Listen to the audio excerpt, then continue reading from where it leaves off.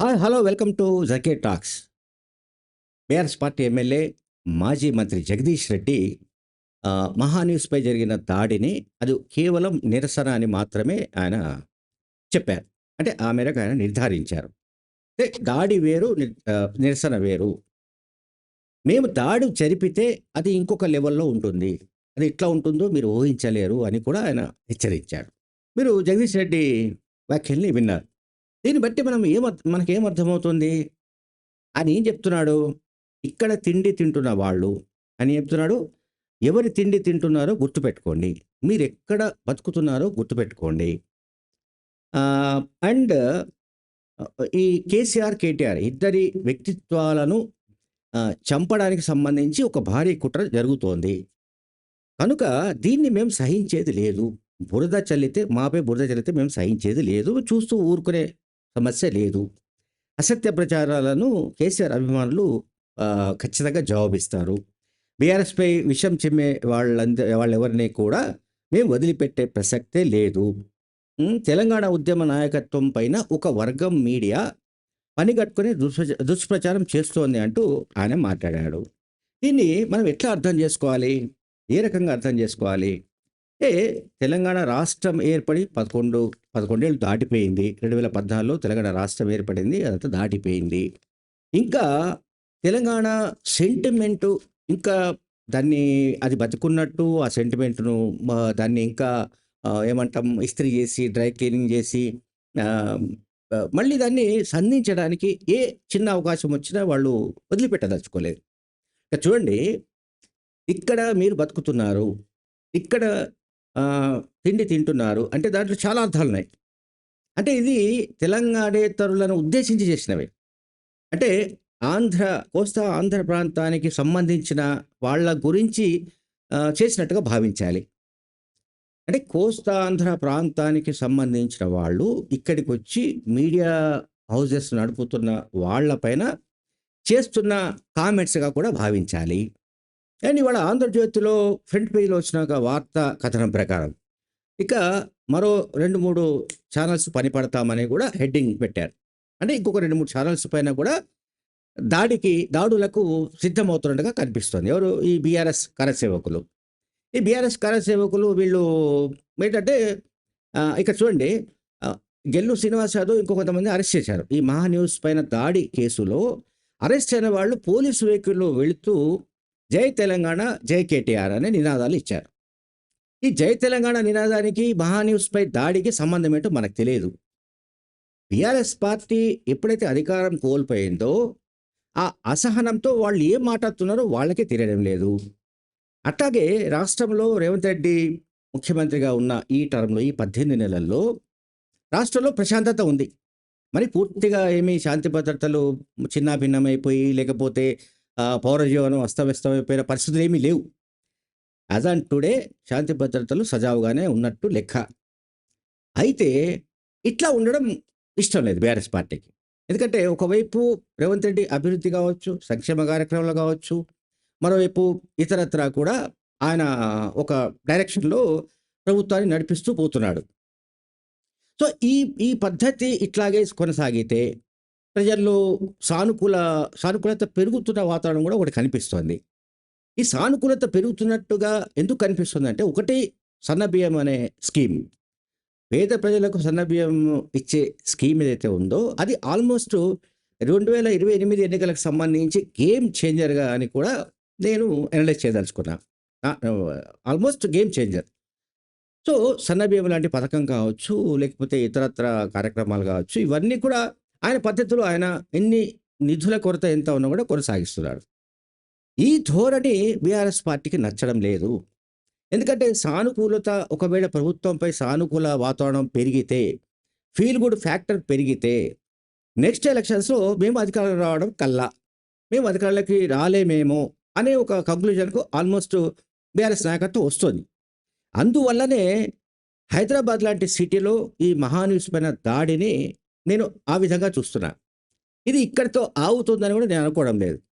రేపు బీఆర్ఎస్ పార్టీకి వ్యతిరేకంగా గానీ, బీఆర్ఎస్ పార్టీకి విరుద్ధంగా కానీ, మరెవరైనా సోషల్ మీడియాలో పోస్టులు పెట్టినా, లేదా యూట్యూబ్ ఛానళ్ళలో మాట్లాడినా వాళ్ళపైన కూడా దాడులు జరగవన్న హామీ ఎవరు ఇవ్వలేని పరిస్థితులు నెలకొంటున్నాయి. అంటే ఇక్కడ పాయింట్ ఏంటంటే బీఆర్ఎస్ పార్టీకి అశాంతి కావాలి. బీఆర్ఎస్ పార్టీకి అలజడి కావాలి.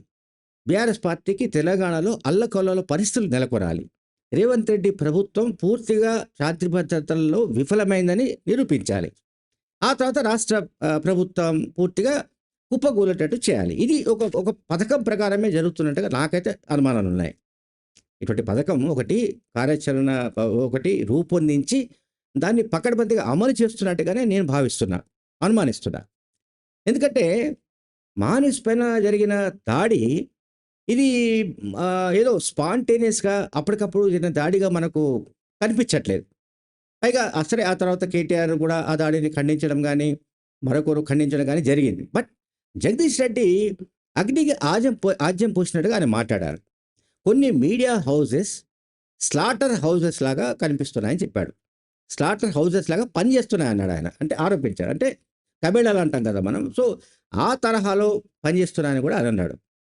అంటే బీఆర్ఎస్ పార్టీకి మాత్రమే అనుకూలంగా పనిచేయాలి.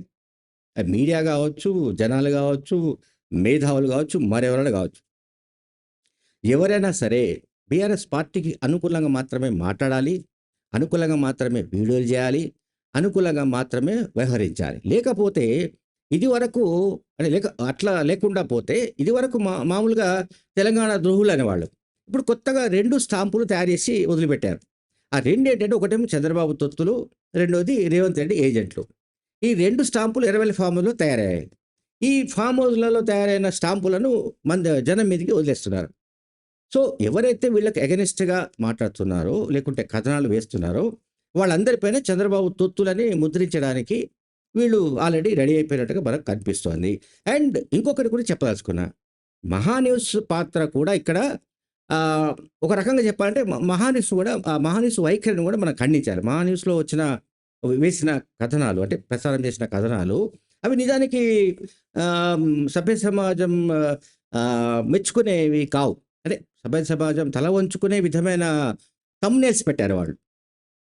ఆయన ఫోన్ చేయగానే ఫలానా హీరోయిన్ వచ్చింది. ఇంకేదో సంథింగ్ హీరోయిన్‌ల గురించి వాళ్ళ గురించి ఏదో మాట్లాడారు. అంటే ఇప్పుడు వ్యూస్ కోసం అంటే వీక్షకులు పెంచుకోవాలి అనే ఉద్దేశం, వ్యూవర్స్‌ని పెంచుకోవాలనే ఉద్దేశంతో ఆ పర్టిక్యులర్ వీడియోలో ఆ కంటెంట్ లేకపోయినప్పటికీ దాన్ని ప్రకారం దానికి సంబంధించిన ఆ కంటెంట్‌లో లేని హెడ్డింగ్‌లు పెట్టి అంటే ఆకర్షణీయంగా, అట్రాక్టివ్‌గా ఉండే విధమైన హెడ్డింగ్‌లు పెడుతున్నట్టుగా అనుకోని వాళ్ళు పెట్టిన హెడ్డింగ్స్ అవన్నీ కూడా ఆక్షేపించదగినవి.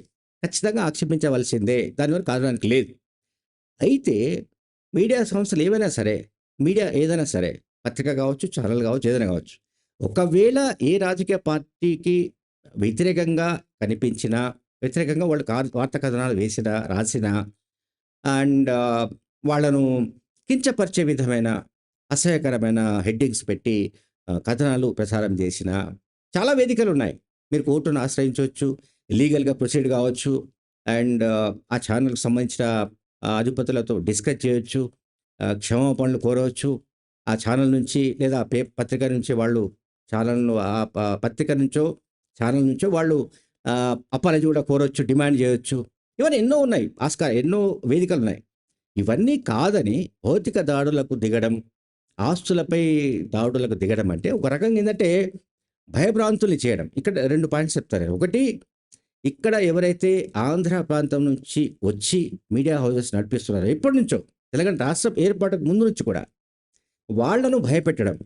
రెండోది నేను ఇంతకుముందు చెప్పినట్టుగా తెలంగాణ సెంటిమెంట్‌ను మళ్ళీ పదును పెట్టి దాన్ని వదలడం ప్రజల మీదకి. అంటే తెలంగాణ, ఆంధ్ర అనే ఈ 2 సబ్జెక్ట్స్ నిజానికి అవి ఇప్పుడు లేవు. ఇప్పుడు మార్కెట్‌లో చలామణి లేవు. సమాజంలో ఆ 2 విషయాలు పోయాయి. ఎందుకు పోయాయి? రాష్ట్రమే ఏర్పడింది. కనుక ఇక ఆంధ్ర, తెలంగాణ అనే దీనికి సంబంధించిన ఇష్యూ పెద్దగా అది ఇర్రెలవెంట్‌గా ఉంది. అటువంటి ఇర్రెలవెంట్ సబ్జెక్ట్‌ను మళ్ళా తీసుకొచ్చి జై తెలంగాణ అనే నినాదాలు అండ్ ఇంకా జై కేటీఆర్ ఇటువంటి స్లోగన్స్ ఈ కరసేవకులు అనండి, లేకుంటే కార్యకర్తలు అనండి వీళ్ళంతా చేయడం. ఇది ఏ రకంగా ఒక రాజకీయ పార్టీ అధికారంలోకి రావడం, రాకపోవడం అనేది అది ప్రజల తీర్పును బట్టి ఉంటుంది. ప్రజలు మ్యాండేట్ ఇవ్వాలి. బీఆర్ఎస్ పార్టీ అధికారంలోకి రాకపోవడానికి చాలా కారణాలున్నాయి. ఆ కారణాలని వాళ్ళు విశ్లేషించుకున్న దాఖలాలు లేవు. ఆ కారణాలపై వాళ్ళు ఆత్మ పరిశీలన చేసుకున్న దాఖలాలు లేవు. ఆ కారణాల పైన వాళ్ళు ఆత్మవిమర్శ చేసుకొని గుణపాఠం నేర్చుకున్న దాఖలాలు కూడా లేవు. అది యాక్చువల్‌గా కేసీఆర్ సిలబస్‌లోనే లేదు. కనుక అది మనం ఆశించడం కూడా కరెక్ట్ కాదు. బట్ ఇప్పుడు వీళ్ళు చేస్తున్న చర్యలేవైతే ఉన్నాయో, వీళ్ళు చేస్తున్న వ్యాఖ్యలేవైతే ఉన్నాయో, ఇవి బీఆర్ఎస్ పార్టీకి ఖచ్చితంగా ఇది ఎగైనెస్ట్ అవుతుంది. అంటే నెగెటివ్ ఫ్యాక్టర్ అయ్యే ప్రమాదం ఖచ్చితంగా ఉంది. ఎందుకంటే హైదరాబాద్ లేదా ఈ సిటీ చుట్టుపక్కల ఉన్న సెటిలర్స్ ఎవరైతే ఉంటారో, వాళ్ళు ఏ క్యాస్ట్ అయినా కావచ్చు. కమ్మ కావచ్చు, లేదా నాన్ కమ్మ కావచ్చు, బీసీ కావచ్చు, ఎవరైనా కావచ్చు. దాదాపు 6, 7 దశాబ్దాలుగా ఇక్కడికొచ్చి స్థిరపడ్డ వాళ్ళు, ఉద్యోగాలు చేస్తున్న వాళ్ళు, లేదా వివిధ రంగాల్లో పనిచేస్తున్న వాళ్ళు, ఏమైనా కావచ్చు. సినీ పరిశ్రమ కావచ్చు, మీడియా కావచ్చు, ఇంకేదైనా కావచ్చు, రియల్ ఎస్టేట్ కావచ్చు. సో, అటువంటి వాళ్ళందరూ కూడా నిజానికి హైదరాబాద్‌లో 2023లో వచ్చిన రిజల్ట్స్ చూస్తే, ఈ సెటిలర్స్ వీళ్ళంతా కూడా బీఆర్ఎస్ పార్టీని ఆదరించారు. అందులో ఎవరికీ సందేహం లేదు.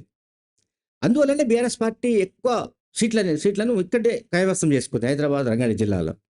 అటువంటప్పుడు ఇటువంటి దాడులు చేయడం వల్ల ఇది టెంపరరీగా వాళ్ళకి సంతృప్తినిస్తుండొచ్చు. ఎవరికి? ఈ బీఆర్ఎస్ పార్టీకి. కానీ నెక్స్ట్ ఏవైతే ఎలక్షన్స్ జరగబోతున్నాయో, వాటి పైన ఖచ్చితంగా దీని ప్రభావం ఉండే అవకాశం ఉంటుంది.